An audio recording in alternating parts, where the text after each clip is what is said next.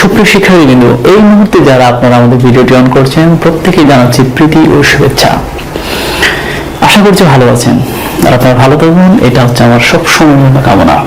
সুপ্রিয় শিক্ষার্থীবৃন্দ, এই মুহূর্তে আমি যে ক্লাসটি আপনাদের নেব, এই ক্লাসটি শুধু কেবলমাত্র একাদশ কিংবা দ্বাদশ শ্রেণীর জন্য নয়। যারা আপনারা স্নাতক শ্রেণীতে দিয়ে পাস করছে, আপনারা পড়াশোনা করছেন, আপনাদের কিন্তু গল্প গ্রন্থে কিন্তু কি রয়েছে, বিভূতিভূষণ বন্দ্যোপাধ্যায়ের গল্প রয়েছে, সুতরাং আপনাদেরও কিন্তু লেখক পরিচিতি কাজে লাগবে।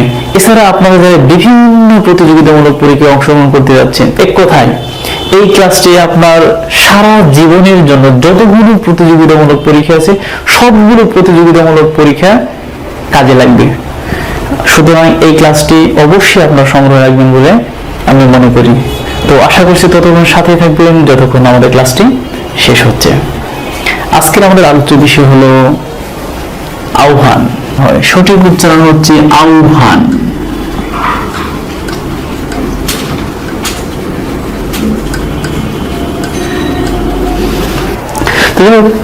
এই গল্পটি যিনি লিখেছেন তার নাম হলো বিভূতিভূষণ বন্দ্যোপাধ্যায়। মনে রাখুন, এই বানানটি বিভিন্ন প্রতিযোগিতামূলক পরীক্ষায় আসে, বিভিন্ন ভাইভাতে আসে, এমনকি বিশেষ পরীক্ষাতেও আসে।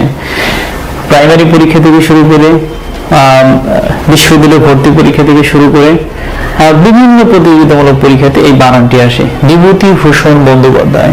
দুইটা দীর্ঘকার আছে, দুইটা হ্রস্বইকার আছে, দুইটা জফল আছে। সবগুলি কয়টা কয়টা আছে? দুইটা আছে। খেয়াল করে দেখুন, দুইটা হ্রস্বইকার, দুইটা দীর্ঘকার এবং দুইটা জফলা।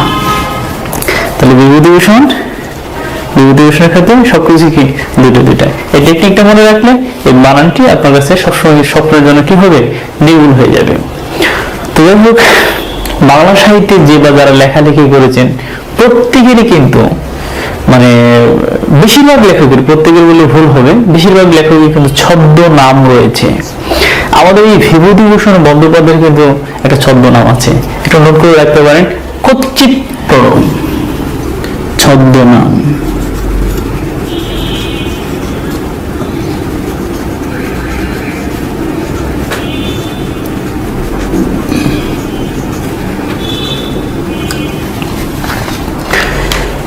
তো এই ভদ্রলোক কার কথা বলছি? বিভূতিভূষণ বন্দ্যোপাধ্যায়ের কথা বলছি।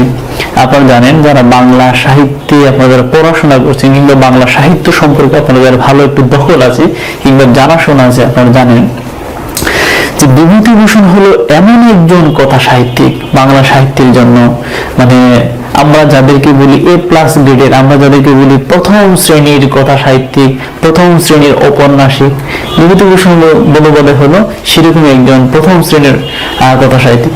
বলা হয়ে থাকে বাংলা ভাষার, বাংলা সাহিত্যের এই জগৎকালে সবচেয়ে জনপ্রিয় কথা সাহিত্যিক হলেন শরৎচন্দ্র চট্টোপাধ্যায়। কে? শরৎচন্দ্র চট্টোপাধ্যায়। এই শরৎচন্দ্র চট্টোপাধ্যায়ের বলে বাংলা ভাষায়, বাংলা সাহিত্যে সবচেয়ে জনপ্রিয় ঔপন্যাসিক হলেন বিভূতিভূষণ বন্দ্যোপাধ্যায়। বিভূতিভূষণ বন্দ্যোপাধ্যায়। তাহলে আপনারা বুঝতেই পারছেন বাংলা সাহিত্যে তিনজন বন্দ্যোপাধ্যায় সেরা। এক, তারাশঙ্কর বন্দ্যোপাধ্যায়। দুই, বিভূতিভূষণ বন্দ্যোপাধ্যায়। তিন, মানিক বন্দ্যোপাধ্যায়। আপনি যেভাবেই বলেন না কেন, আপনি বাংলা সাহিত্যে পঠন পাঠন করবেন আর এই তিনজন বন্দ্যোপাধ্যায়ের লেখা আপনি পড়বেন না, তাহলে কিন্তু বাংলা সাহিত্য অনেকটাই আপনার কাছে অপূর্ণ থেকে যাবে। ঠিক বাংলা কবিতার ক্ষেত্রে পঞ্চ পাণ্ডব নামের যে কবিগুলো আছে তাদের কবিতা যদি আপনি না পড়েন, বাংলা কবিতার অনেক কিছুই আপনার অপূর্ণ থেকে যাবে। তাহলে বাংলা সাহিত্যের ক্ষেত্রে বলছে, কথা সাহিত্যের ক্ষেত্রে তিনজন বন্দ্যোপাধ্যায়, কবিতার ক্ষেত্রে পাঁচজন পঞ্চপাণ্ডব। পাঁচজন পঞ্চপাণ্ডব নিয়ে আমরা যখন কবিতা আলোচনা করবো বিস্তারিত তখন আমরা বলবো। তো এই বিভূতিভূষণ বন্দ্যোপাধ্যায় জন্মগ্রহণ করেছেন 1894 সালের 12 সেপ্টেম্বর। নোট করে রাখুন, 1894 সালের 12 সেপ্টেম্বর। 12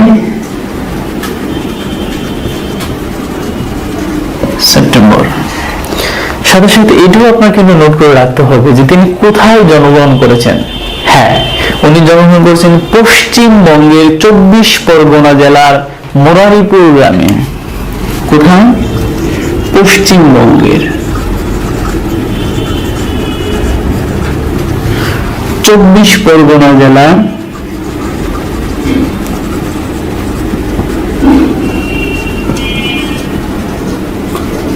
কি গ্রামে? মুরারিপুর গ্রামে।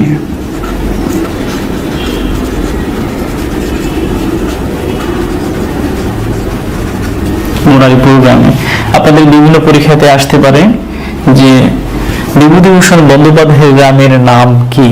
মুরারিপুর গ্রাম। তো তাহলে স্বভাবতই আমাদের প্রশ্ন আসে, তাহলে তার পিতার নাম কি, তার মাতারই বা নাম কি? আমরা একটু দেখে নেব। তার পিতার নাম হচ্ছে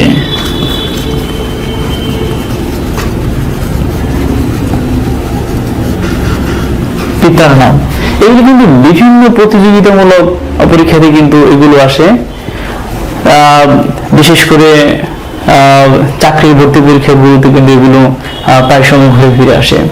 মহানন্দ বন্দ্যোপাধ্যায়, পিতার নাম হচ্ছে মহানন্দ বন্দ্যোপাধ্যায়। এই মহানন্দ বন্দ্যোপাধ্যায় ছিলেন সংস্কৃত ভাষার একজন পণ্ডিত। কোন ভাষা? সংস্কৃত ভাষার একজন পণ্ডিত। এই কারণে সংস্কৃত ভাষাভাষীরা খুশি হয়ে তাকে উপাধি দিয়েছিলেন। কি উপাধি দিয়েছিলেন? শাস্ত্রী উপাধি দিয়েছিলেন। শাস্ত্রী উপাধি। তাহলে বোঝা গেল যে মহানন্দ বন্দ্যোপাধ্যায় একজন সেরা, একজন গুণী, একজন মানুষ ছিলেন। মাতা মৃণালিনী দেবী। মৃণালিনী দেবী। তাহলে পিতার নাম আমরা কি পেলাম? মহানন্দ বন্দ্যোপাধ্যায়। মাতার নাম পেলাম আমরা কি? মৃণালিনী দেবী। এই তাদের সংসারে সন্তানাদি ছিল কতজন? 5 জন। এই 5 জন সন্তানাদির মধ্যে বিভূতিভূষণ বন্দ্যোপাধ্যায় হলো সবচেয়ে বড় সন্তান। সুতরাং নানা কারণে কি তার উপর পরিবারের কি রয়েছে? চাপ রয়েছে। বিশেষ করে 8ম শ্রেণীতে থাকাকালীন, অর্থাৎ বিভূতিভূষণ বন্দ্যোপাধ্যায় যখন 8ম শ্রেণীতে ছিলেন তখন কিন্তু তার বাবা মারা গেলেন, অর্থাৎ মহানন্দ মারা গেলেন 8ম শ্রেণীতে থাকাকালীন। খুবই দুঃখজনক ব্যাপার। কোন শ্রেণীতে? 8ম শ্রেণীতে।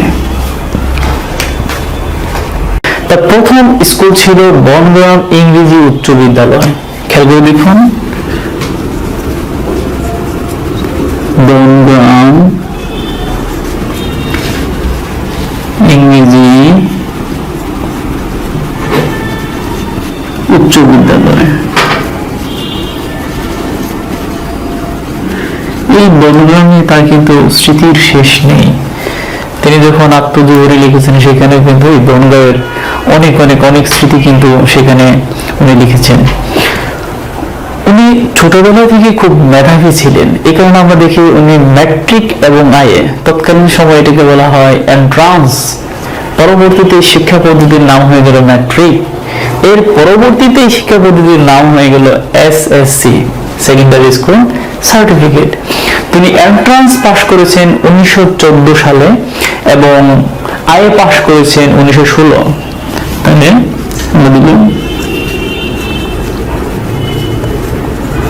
এন্ট্রান্স 1914, আইএ পাস করেছেন 1916। আপনাদের জ্ঞাতার্থে জানাচ্ছি যে এই উভয় বিষয়ে কিন্তু উনি প্রথম বিভাগে উত্তীর্ণ হয়েছেন। প্রথম বিভাগ সবচেয়ে মানে সেরা সাফল্য অর্জন করেছেন উনি বিএ ক্লাসে। বিএ ক্লাসে কি করেছেন? উনি ডিস্টিংশন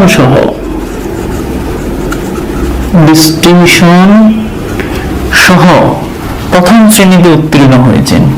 কি করেছেন? ডিস্টিংশন সহ। তাহলে আপনাদের প্রশ্ন যেতে পারে ডিস্টিংশন কি? যারা ইংরেজিতে তৎসময়ে 80-র উপরে নম্বর পেত এখন আমরা যেগুলোকে বলে গোল্ডেন এ প্লাস, ঠিক এইরকমই আর কি ওই সময় ছিল মানে ডিস্টিংশন। কত সালে? 1918 সালে উনি বিএ পাশ করেন। নোট করে নিতে পারেন, 1918 সালে উনি বিএ পাশ করেন। তো এই ভদ্রলোক প্রথম জীবনে, এরপরে কিন্তু উনি এমএ পড়ার জন্য চেষ্টা করেছিলেন, এমএ এবং আইন পড়ার জন্য চেষ্টা করেছিলেন, শেষ পর্যন্ত কিন্তু শেষ করতে পারেননি, অসমাপ্ত শুরু করেছিলেন, শেষ করতে পারেননি। তো এই বিভূতিভূষণ বন্দ্যোপাধ্যায় প্রথম জীবনে উনি যে পেশাটি বেছে নিয়েছিলেন সেটি হলো স্কুল শিক্ষক। প্রথম পেশা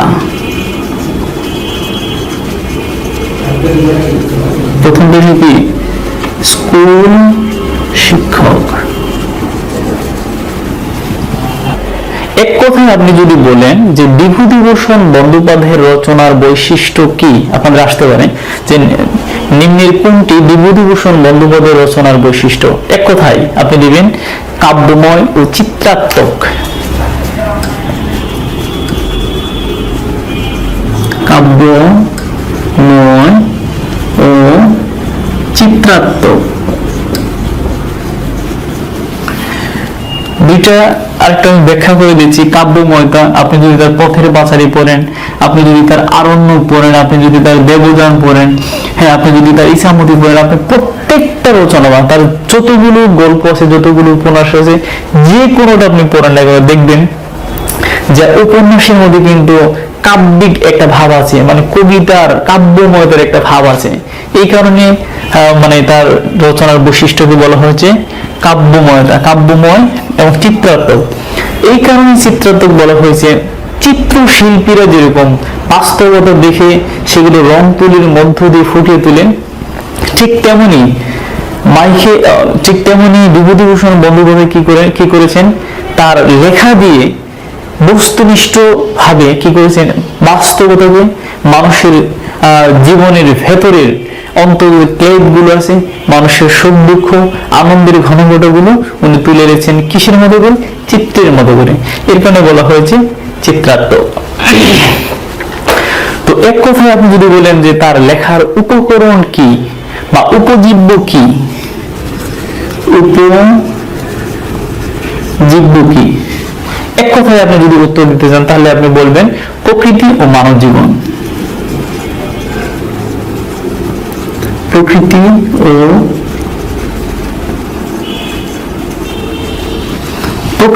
ও মানব জীবন।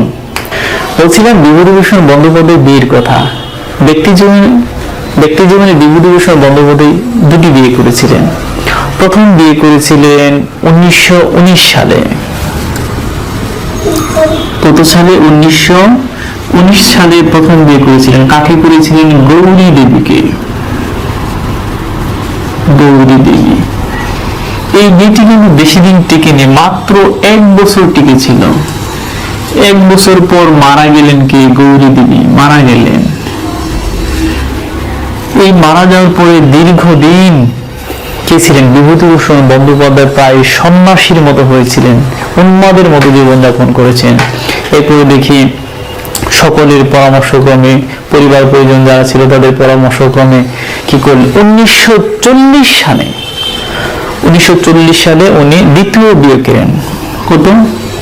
1940 সালে দ্বিতীয় বিয়ে করেন। কাকে? রমা দেবীকে দ্বিতীয় বিয়ে করেন।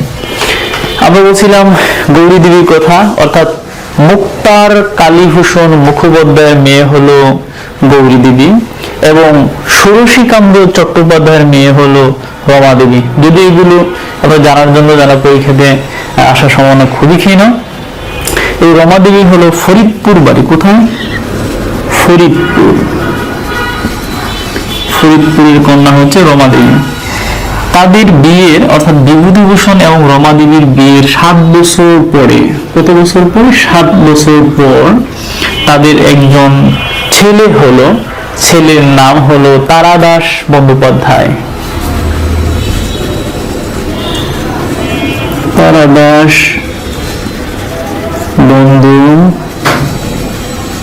অধ্যায়। তার ডাক নাম ছিল বাবলু, ডাক নাম। অনেকে ধারণাই করেছিল তাদের ছেলে সন্তানাদি হবে না, কিন্তু দেখে গেছে 7 বছর পরে তারা অনেকটা আশা ছেড়ে দিয়েছিলেন, কিন্তু হঠাৎ করে দেখা গেল 7 বছর পরে তাদের একটি ছেলে সন্তান জন্ম নিল, তার নাম হলো তারাদাস বন্দ্যোপাধ্যায়। কিন্তু তাকে তারা পারিবারিক ভাবে ডাকতো কি নামে? বাবলু নামে। একটু খেয়াল করে দেখুন, যদিও তার 2 জন স্ত্রী, বিভূতিভূষণ বন্দ্যোপাধ্যায় কিন্তু একবারে জীবনের শেষের দিকে তার যে বাড়িটা ছিল সেই বাড়িটার নাম রেখেছিল কিন্তু গৌরীকুঞ্জ।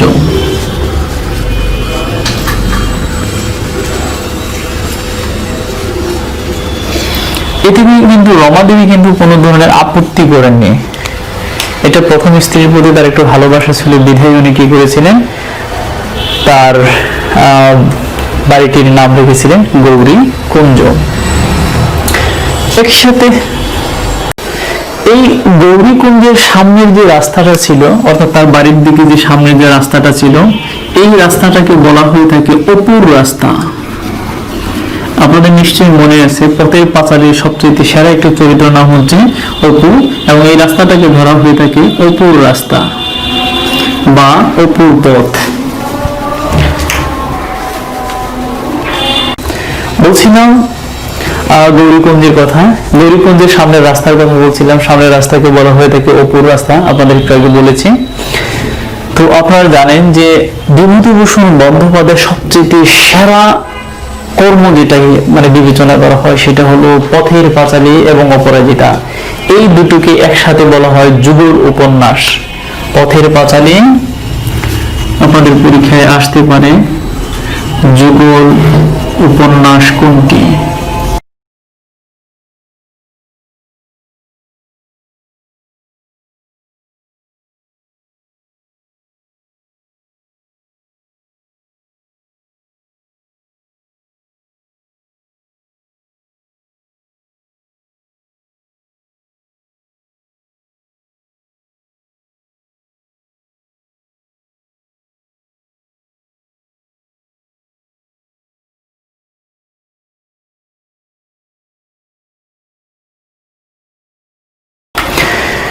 বিভূতিভূষণ বন্দ্যোপাধ্যায়ের এই দুটি হচ্ছে সেরা।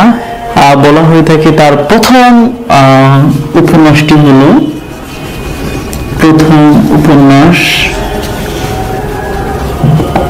পথের পাঁচালী। আবার নোট করে নিতে পারেন, বিভূতিভূষণ বন্দ্যোপাধ্যায়ের প্রথম উপন্যাসটির নাম কি? যদি প্রশ্ন আসে আপনি আনসার করবেন পথের পাঁচালী। কত সালে প্রকাশিত হয়েছে? 1929 সালে প্রকাশিত হয়েছে। আপনাদের আরেকটু বলে দিই যে এই বিভূতিভূষণ বন্দ্যোপাধ্যায়ের লেখার সাথে সাদৃশ্য মিলে পাশ্চাত্যের আরেকজন শক্তিমান রাইটার, তার নাম হলো উইলিয়াম ওয়ার্ডসওয়ার্থ। এই উইলিয়াম ওয়ার্ডসওয়ার্থ যেরকম প্রকৃতির কবি, এই তোমার বলছি না, কথা বলবো না, বলছিলাম বিভূতিভূষণ বন্দ্যোপাধ্যায়ের কথা।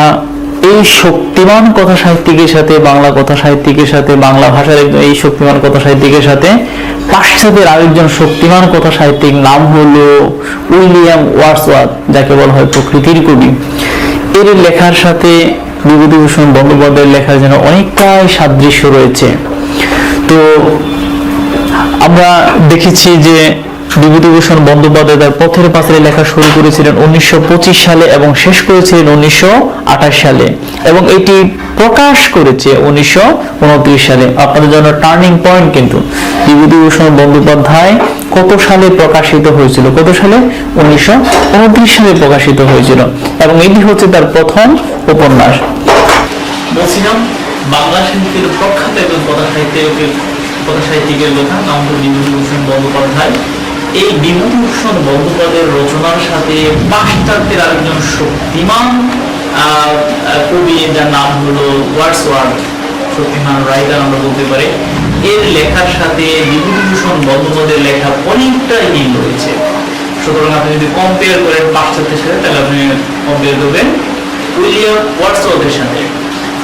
এই বিভূতিভূষণ বন্দ্যোপাধ্যায়ের প্রথম উপন্যাসের নাম হলো পথের পাঁচালী, আমি আগে বলেছি। এর প্রথম গল্পটির নাম হলো উপেক্ষিতা, 1921 সালে রচিত। উপেক্ষিতা এটা হলো গল্প, কত সালে? 1921 সালে 1921 সালে প্রকাশিত হয়েছে। কোন পত্রিকায় প্রকাশিত হয়েছে? প্রবাসী পত্রিকায় প্রবাসী পত্রিকায়। কোন সংখ্যায়? মাঘ সংখ্যায়। সুতরাং সবগুলো তথ্যের জন্য গুরুত্বপূর্ণ। প্রথম গল্পটির নাম কি? উপেক্ষিতা। এটি কত সালে প্রকাশিত হয়েছে? 1921 সালে। কোন পত্রিকায় প্রকাশিত হয়েছে? প্রবাসী পত্রিকায়। কোন সংখ্যায় প্রকাশিত হয়েছে? মাঘ সংখ্যায় প্রকাশিত হয়েছে। একটা একটি বাক্যের মধ্যে আমাদের কিন্তু অনেকগুলো তথ্য কিন্তু এখানে আমরা ইনপুট করে দিলাম। আমি বলছিলাম প্রথম জীবনে সে কিন্তু কি ছিল? শিক্ষক ছিলেন। কোন প্রতিষ্ঠানের শিক্ষক ছিলেন? নিশ্চয়ই আপনাদের নাম দেখতে বলছি। হ্যাঁ, উনি ছিলেন খেলাচন্দ্র মেমোরিয়াল স্কুল। খেলাচন্দ্র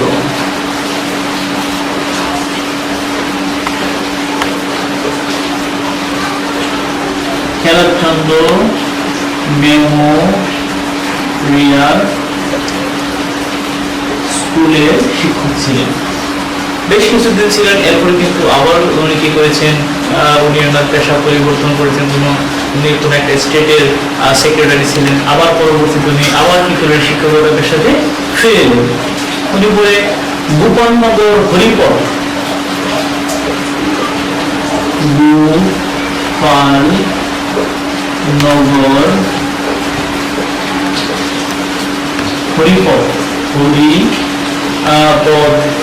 হ্যাঁ, memorial institution, Haripada memorial institution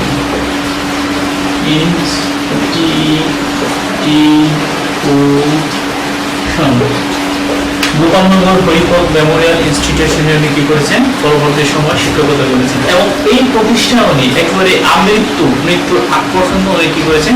শিক্ষকতা করেছেন। বিভূতিভূষণ বন্দ্যোপাধ্যায়ের একদিকে যেমন পথের পাঁচালী সেরা, আরেকদিকে তেমন সেরা কিন্তু তার ইসামতি উপন্যাসটি। ইসামতি বলছিলাম, ইসামতির কথা। এই ইসামতি উপন্যাসটির জন্য আমি আবার বলছি, এই ইসামতি উপন্যাসটির জন্য উনি কিন্তু কি পুরস্কার পেয়েছেন? রবীন্দ্রনাথ মরণোত্তর পুরস্কার পেয়েছেন। অর্থাৎ জীবিত থাকতে উনি পাননি, পুরস্কারটি পেয়েছেন মরণের পরে। এই কারণে এটাকে বলা হয় মরণোত্তর পুরস্কার। এরপরে আমরা দেখে নিব যে তথ্যগুলো আপনার বিভিন্ন প্রতিযোগিতামূলক পরীক্ষায় আসে, খুঁটিনাটি প্রশ্ন দেবেন। পথের পাঁচালী কোন পত্রিকায় প্রকাশিত হয়েছিল? পথের পাঁচালী প্রকাশিত হয়েছিল, এটা আমি বলছিলাম, রবীন্দ্র পুরস্কার পেয়েছে। রবীন্দ্র পুরস্কার মরণোত্তর। তারপরে পথের পাঁচালী কোন পত্রিকায়?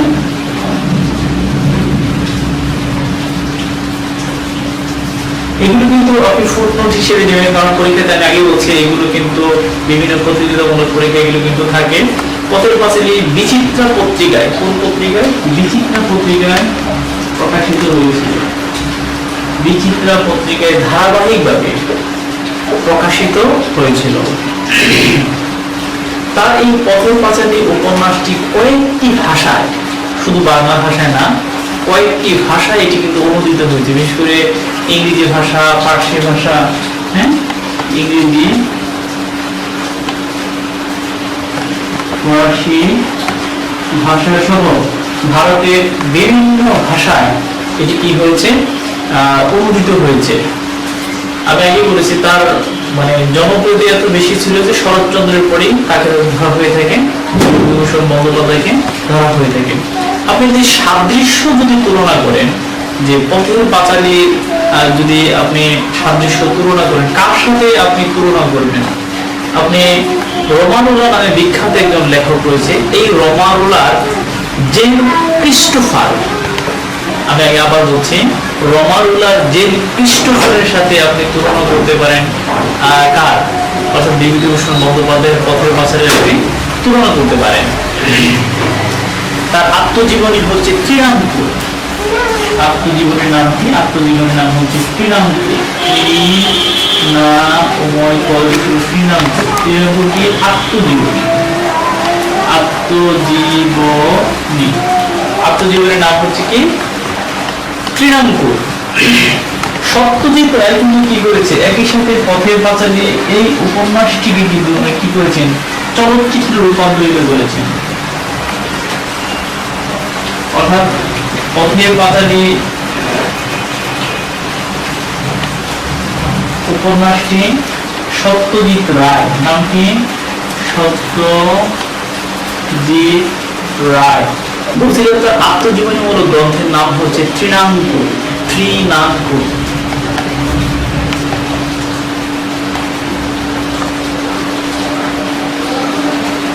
তৃণাঙ্কুর। এবং আপনাদের কাছে আরো বলছিলাম যে তার শেষ উপন্যাসটি হলো ইসামতি। শেষ উপন্যাস আত্মজীবনীমূলক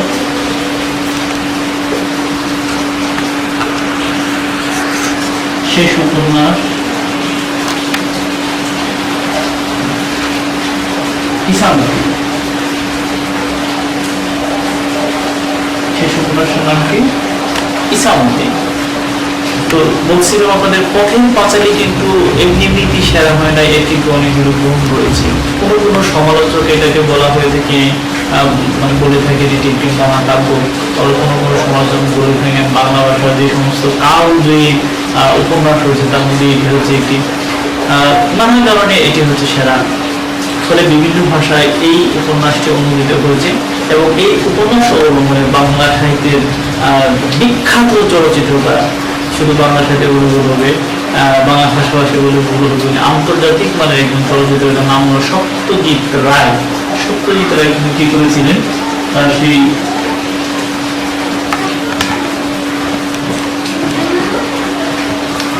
সত্যজিৎ রায় পথের পাঁচালী কি করেছিলেন, উপন্যাস তৈরি করেছিলেন। এই সত্যজিৎ রায় কি বাংলা সাহিত্যের প্রখ্যাত একজন চলচ্চিত্রকার। শুধু বাংলা সাহিত্য বললে হবে না, বাংলা ভাষাভাষী বললে হবে না, বাঙালি বললে হবে না, আন্তর্জাতিক মানের একজন চলচ্চিত্রকার হলেন কে? সত্যজিৎ রায়। এই সত্যজিৎ রায় কি করেছেন, বিভূতিভূষণ বন্দ্যোপাধ্যায় এই যে সেরা যেটা বলছিলাম পথের পাঁচালী উপন্যাস, এই উপন্যাসটি অবলম্বনে কি করেছিলেন, চলচ্চিত্র নির্মাণ করেন এবং সেই চলচ্চিত্রের নাম দিলেন কি? পথের পাঁচালী। এটি ছিল বিশেষ করে বাংলা চলচ্চিত্র মানে সবচেয়ে সেরা একটি চলচ্চিত্র। আপনি যদি সত্যজিৎ রায়ের সবচেয়ে সেরা সেরা চলচ্চিত্র আপনি যদি বাছাই করতে চান তাহলে কিন্তু পথের পাঁচালীকে প্রথম কাতারে রাখতে হবে। বিভূতিভূষণ বন্দ্যোপাধ্যায় কিন্তু প্রধানত হলেন কিন্তু ঔপন্যাসিক।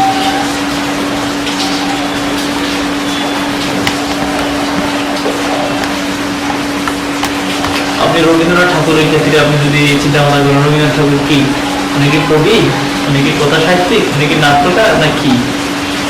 সমগ্রতা বিচার করে কিন্তু মানে আপনি যদি সর্বজনীন ভাবে আপনি যদি চিন্তা ভাবনা করেন তাহলে কিন্তু রবি ঠাকুর কিন্তু প্রধানত হলেন কবি, তারপরে তো এরকম ভাবে আপনি যদি বিভূতিভূষণ বন্দ্যোপাধ্যায়কে চিন্তা ভাবনা করেন, তার আত্মজীবনী আছে, তার প্রবন্ধ আছে, হ্যাঁ, তার কিশোর উপন্যাস আছে, তার ছোট গল্প আছে এবং তার উপন্যাস আছে, তাহলে উনি কি সর্বকিছু মিলিয়ে উনি হলেন প্রধানত ঔপন্যাসিক। নোট করে রাখতে পারেন, প্রধানত হচ্ছেন কি? উনি হচ্ছেন ঔপন্যাসিক। মানে তার কাব্যের মধ্যে কি রয়েছে, অর্থাৎ তার রচনার মধ্যে কি রয়েছে? তার রচনার মধ্যে রয়েছে মধুর ও কাব্যধর্মী ভাব। আমি আবার বলছি, তার রচনার মধ্যে রয়েছে মধুর ও কাব্যধর্মী ভাব। এখন আমরা দেখে নিতে চাই এক কথায় কিভাবে একটি বাক্যের মধ্যে তার সবগুলো উপন্যাসকে মনে রাখা যায়। আমরা সহজ টেকনিকে কিভাবে একটি বাক্যের মধ্য দিয়ে কিভাবে আমরা তার সবগুলো উপন্যাস মনে রাখতে পারি, এই টেকনিকটা আপনাদের বলে দিচ্ছি। আপনারা যখন বিভিন্ন প্রতিযোগিতামূলক পরীক্ষায় অংশগ্রহণ করবেন শুধু কেবল এই টেকনিকটা মনে রাখবেন, তাহলে আপনার কাছে খুবই সহজ হয়ে যাবে তার উপন্যাসগুলোর নাম। আমরা দেখে নিব ইসামতির অথৈজনে কি বলছে। ইসামতির অথৈজনে বিপিন ও দেবযানের অসীম দৃষ্টি পড়েছে। দৃষ্টি পড়েছে দিলাম না, আপনারা বুঝে নেবেন। ইসামতির অথই জল, ইসামতি একটা নদী, সেই নদীর অথই জলে কি করেছে বিপিন এবং দেবদান নামে দুজন ভদ্রলোক, দুজন আমরা বলতে পারি নদীখুর ভূমিখুর, হ্যাঁ এরকম ভূমিখুরের অশনির দৃষ্টি পড়েছে। এখানে আমরা দেখে নেব তার কয়টি উপন্যাস রয়েছে। দৃষ্টি মানে হলো দৃষ্টি প্রদীপ, দৃষ্টি প্রদীপ। অশনি মানে হলো অশনি সংকেত, অশনি থাকবে সুতরাং যোগ করব সংকেত। দেবদান মানে হলো দেবদান, এটা কোনো পরিবর্তন নাই। বিপিন মানে হলো বিপিনের সংসার, বিপিনের সংসার। অথই জলে মানে হচ্ছে অথই জল, শুধু এখানে একারটা কাটা দেবে, অথই জল। ইসামতি মানে হচ্ছে ইসামতি। আপনাদের জ্ঞাতাতে আমি জানাচ্ছি যে ইসামতি হচ্ছে এমন একটি উপন্যাস যে উপন্যাসের জন্য সে কিন্তু মরণোত্তর পুরস্কার পেয়েছিল। এই শুধু মরণোত্তর পুরস্কার পাওয়ার নেপথ্যে কিন্তু আরেকটা কারণ আছে। আপনারা জানেন যে দীনবন্ধু মিত্রের কিন্তু সে কিন্তু নীল দর্পণ নামে একটি নাটক লিখেছিল। এই নীল দর্পণ নাটকের মূল উপজীব্য বিষয় ছিল ইংরেজরা যেরকম নীল চাষ করতো বাঙালিদের দিয়ে, অর্থাৎ বাঙালিদের দ্বারা সকল প্রকার পরিশ্রম করাতো, কিন্তু বাঙালিদের কিছু দিত না, সবকিছু নিয়ে যেত। এই যে অত্যাচার নির্যাতন নিপীড়ন করতো, বাঙালির অনেকে শেষ দিকে কিন্তু সে কি করেছিল, বাঙালির প্রতিবাদ করেছিল। তো এই ইসামতির শেষ দিকে কিন্তু আমরা কি দেখতে পাই, অর্থাৎ অনেকটা বিদ্রোহের সুর বা আমরা দেখতে পাই ইসামতি উপন্যাসে। তারপর দ্বিতীয় লাইনটি দেখুন, এটা হলো প্রথম লাইন। এখন আমরা দেখবো দ্বিতীয় লাইন। দ্বিতীয় লাইনে আমাদের কি রয়েছে আমরা একটু দেখে নেব। অপরাজিত কেদাররাজের দুই বাড়ি। কেদাররাজকে বলা হয় অপরাজিত, মানে সে যে কাজই ধরে না কেন সেই কাজটাই সে কি মানে অপরাজিত থাকে। এই কারণে তার নাম হয়ে গেল এক সময় কি অপরাজিত। ওই যে এক ভদ্রলোকে মানে আবুল নামে এক ভদ্রলোক রড বিক্রি করতো, রড বিক্রি করতে করতে একটা সময় তার নামই হয়ে গেল কি রড আবুল, এরকম আর কি। তো ধরুন কেদাররাজ সে সব কাজে কি হইতো মানে মানে সে সাকসেসফুল হতো, এই কারণে সাকসেসফুল হওয়ার কারণে তার নামের আগে লেগেই গেল অপরাজিত কেদাররাজ। এই অপরাজিত কেদাররাজের দুইটি বাড়ি, এই দুটি বাড়ি কি হয়েছে অনুবর্তন আরণ্যকে আদর্শে নির্মিত হয়েছে। অনুবর্তন এবং আরণ্য দুইজন ঋষি ছিল, এই দুইজন ঋষির আদর্শে কি হয়েছে এই দুটি বাড়ি নির্মিত হয়েছে। তাহলে এই টেকনিকটা যদি আমরা মনে রাখি, তার অন্যান্য যেগুলো পরীক্ষায় আছে এই উপন্যাসগুলো আমাদের আয়ত্তে চলে আসবে। আদর্শ মানে হচ্ছে আদর্শ হিন্দু হোটেল, আদর্শ হিন্দু হোটেল। আরণ্য মানে হচ্ছে আরণ্য, অনুবর্তন অনুবর্তন ঠিক আছে, দুই বাড়ি ঠিক আছে। কেদার রাজের মানে হচ্ছে কেদার রাজ।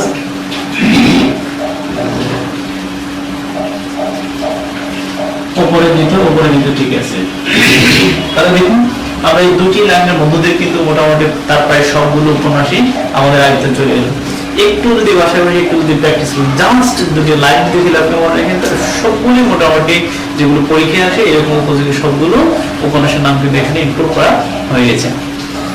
এখন আমরা দেখে নেব তার গল্প গ্রন্থ কি কি। এইবার 20টিরও বেশি তিনি গল্প গ্রন্থ লিখেছেন। এই গল্প গ্রন্থগুলো আমরা দেখে নেব যে কিভাবে ছকের মধ্য দিয়ে, কিভাবে ছন্দের মধ্য দিয়ে মনে রাখা যায়। একটু টেকনিক অবলম্বন করলে সবগুলো গল্প গ্রন্থ আমাদের আয়ত্তে চলে আসবে। তো দেখুন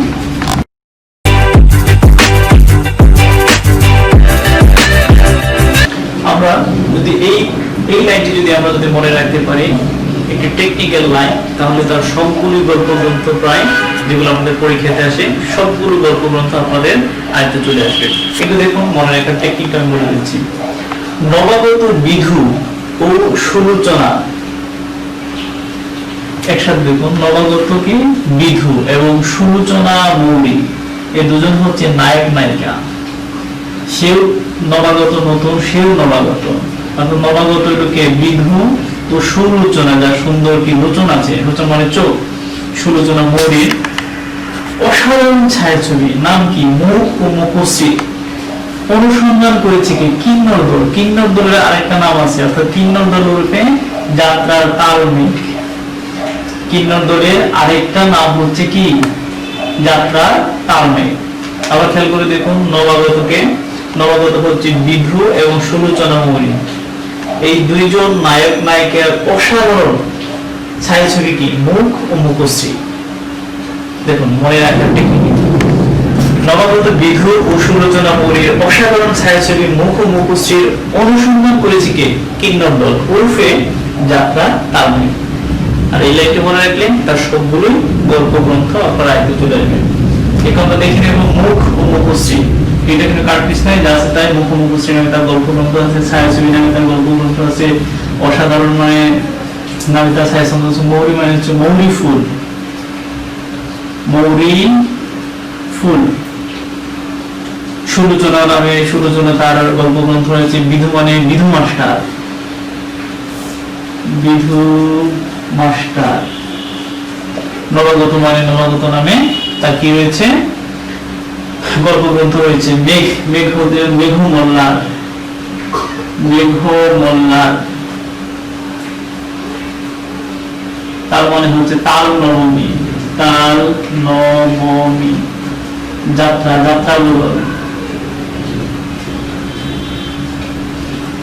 কিন্নর দল, কিন্নর দল কোনো পরিবর্তন নাই, অনুসন্ধান মানে অনুসন্ধান। সুতরাং দেখুন এর মধ্যে কিন্তু যেগুলো আপনাদের পরীক্ষাতে আসে প্রায় সবগুলোই আমরা কি গল্প গ্রন্থ এখানে আমরা পেয়ে গেলাম।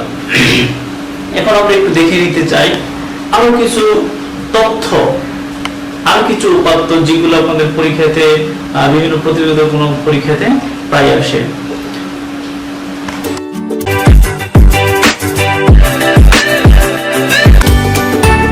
পথের পাঁচালী থেকে বেশ কিছু প্রশ্ন বিভিন্ন প্রতিযোগিতামূলক পরীক্ষায় থাকে, যে পথের পাঁচালী কত সালে প্রকাশিত হয়েছিল। আপনাদের বলেছিলাম কিন্তু 1929 সালে, আপনাদের মনে আছে কিনা 1929 সালে। এই পথের পাঁচালীর কিন্তু মানে 3টি খণ্ড রয়েছে। প্রথম খণ্ডের নাম হচ্ছে বল্লালী বালাই, দ্বিতীয় খণ্ডের নাম হচ্ছে আম আর্টিম ভেপু এবং তৃতীয় খণ্ডের নাম হচ্ছে অক্রূর সংবাদ। কয়টি খণ্ড রয়েছে? 3টি খণ্ড।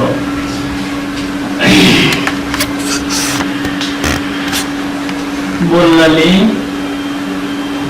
বালাই, আম আর্টিম ভেপু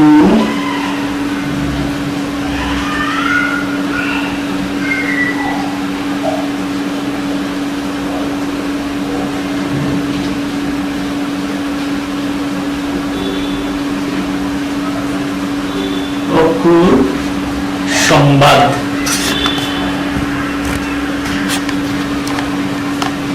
এক, দুই, তিন, এই তিনটি।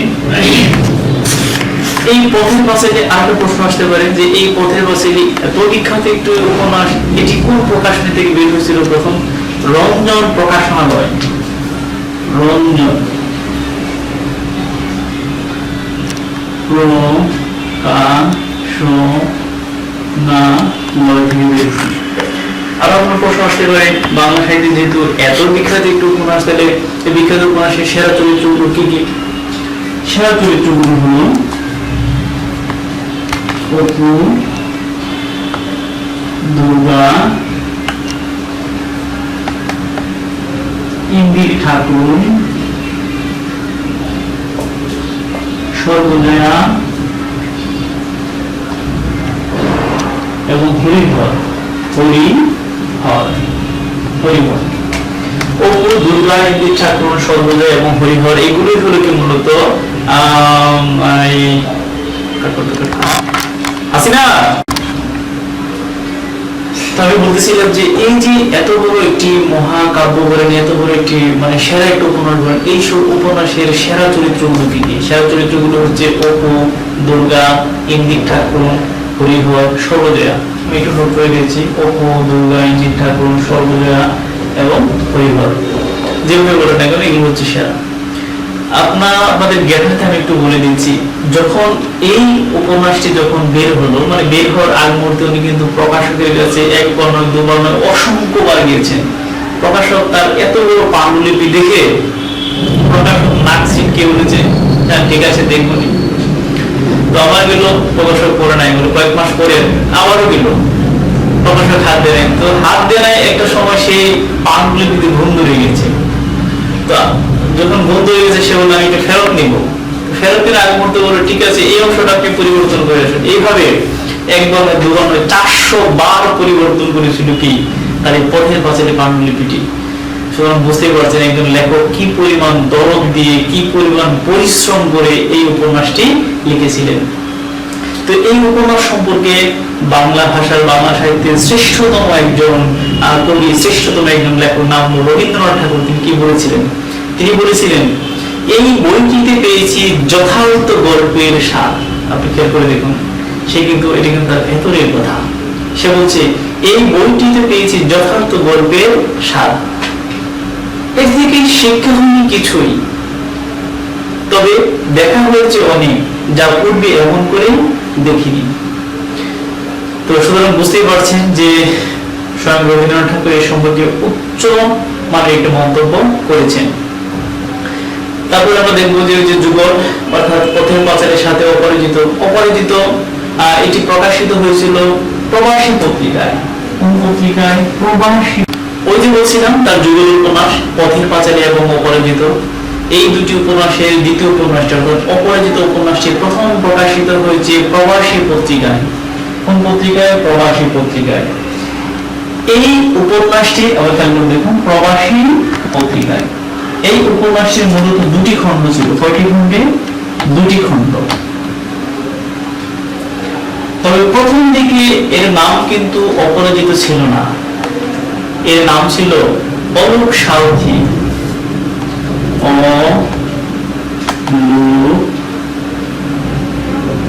সারথি। কোন উপন্যাসের কথা বলছি? অপরাজিত উপন্যাসের কথা বলছি। তাহলে এই উপন্যাসের প্রথম নাম কি ছিল? প্রথম নাম ছিল অলোক সারথি। এখানে আমরা দেখি যে অপু এই অপরাজিত অর্থাৎ পথের পাঁচালীর দ্বিতীয় অংশটাই হচ্ছে অপরাজিত। এই অংশে অপু বিয়ে করে এবং তার পুত্রের নাম হচ্ছে কাজল, এবং সবচেয়ে জনপ্রিয় যে গ্রামটি, সেই গ্রামটির নাম হচ্ছে নিশ্চিন্দিপুর। নিশ্চিন্দিপুর।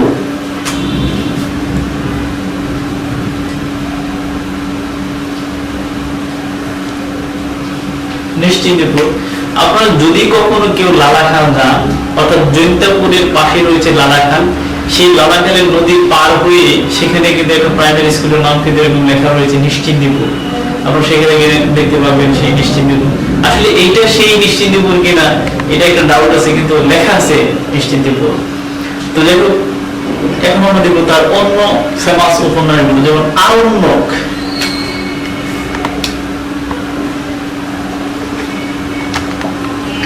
এই আরণ্যক উপন্যাসটি হচ্ছে আর্য সভ্যতা এবং অনার্য সভ্যতা। আমি এক লাইনে ফুটফুট করে করে আপনাদের দিচ্ছি, জাস্ট খালি মূল থিংসটা যাতে আপনারা মনে রাখতে পারেন।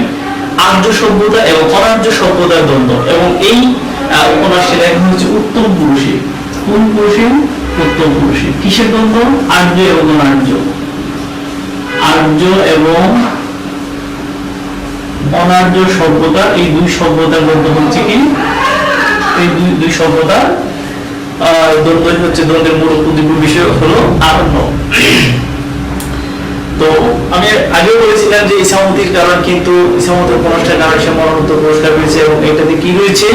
ওই যে নীল চাষের প্রতি বিদ্রোহ রয়েছে। এবং এই ইসামতি উপন্যাসের সবচেয়ে সেরা চরিত্রের নাম হলো ভবানী বারুজ্জে। ইসামতি উপন্যাসে কি বলছি? ভবানী।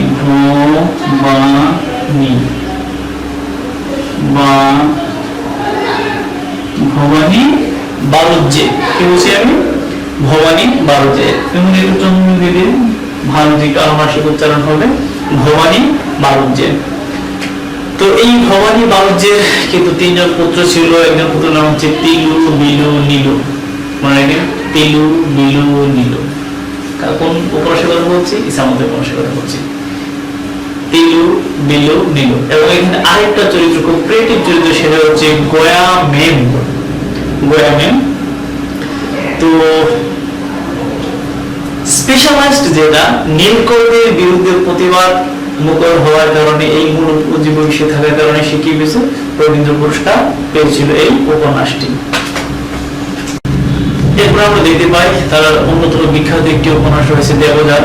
এই দেবযানের মূল উপজীব্য বিষয় হলো প্রেততত্ত্ব ও পরলোকতত্ত্ব। প্রেততত্ত্ব ও পরলোকতত্ত্ব মনে রাখেন, প্রেততত্ত্ব ও পরলোকতত্ত্ব। জাস্ট খালি আমি হিন্ট দিচ্ছি, মূল উপজীব্য বিষয়গুলো আপনাদের ছোট্ট টাকায় দিচ্ছি, আপনারা বিস্তারিত জানার জন্য আপনারা নিশ্চয়ই পড়তে হবে। তারপর আমরা দেখতে পাই অপর বিখ্যাত উপন্যাসের নাম হচ্ছে অশনি সংকেত। এটি ধারাবাহিকভাবে মাসিক মাতৃভূমি পত্রিকায় প্রকাশিত হয়েছে। মাতৃভূমি,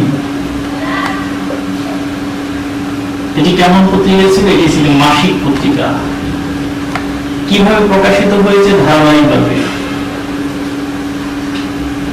ধারাবাহিকভাবে এটি প্রকাশিত হয়েছিল।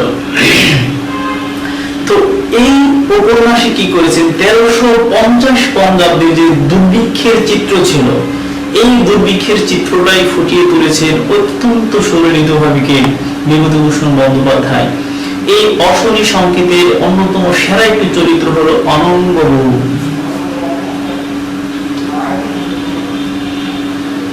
অনঙ্গবাবু, আপনারা জানেন যে এটি ঋত্বিক ঘটক এই অশনি সংকেত নিয়ে একটি সিনেমা তৈরি করেছেন। ঋত্বিক ঘটক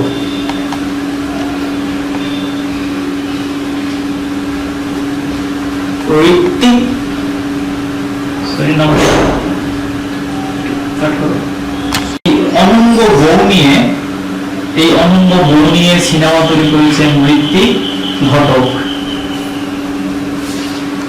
এই সিনেমাতে অনঙ্গ বউ চরিত্রে অভিনয় করেছিল বাংলাদেশের একজন নায়িকা, নাম হলো ববিতা, এবং তার বিপরীতে অভিনয় করেছিল সৌমিত্র চট্টোপাধ্যায়। কি বলছি আমি? সৌমিত্র চট্টোপাধ্যায়। তো তার আরেকটি উপন্যাসের নাম হলো আদর্শ হিন্দু হোটেল। আদর্শ হিন্দু হোটেল। এই আদর্শ হিন্দু হোটেলের মূল চরিত্রের নাম হলো হাজারি ঠাকুর।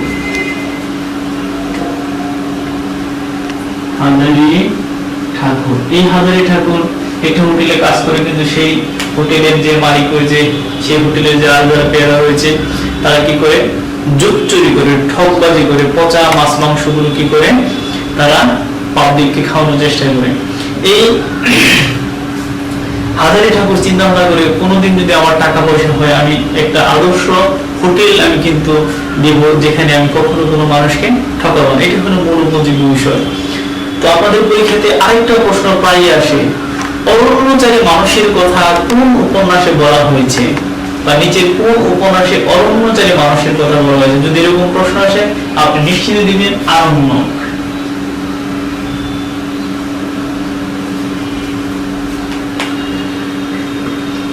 এই সেরা কথা সাহিত্যিক, বাংলা ভাষার অন্যতম প্রধান এই কথা সাহিত্যিক মৃত্যুবরণ করেছেন 1 সেপ্টেম্বর 1950। 1 সেপ্টেম্বর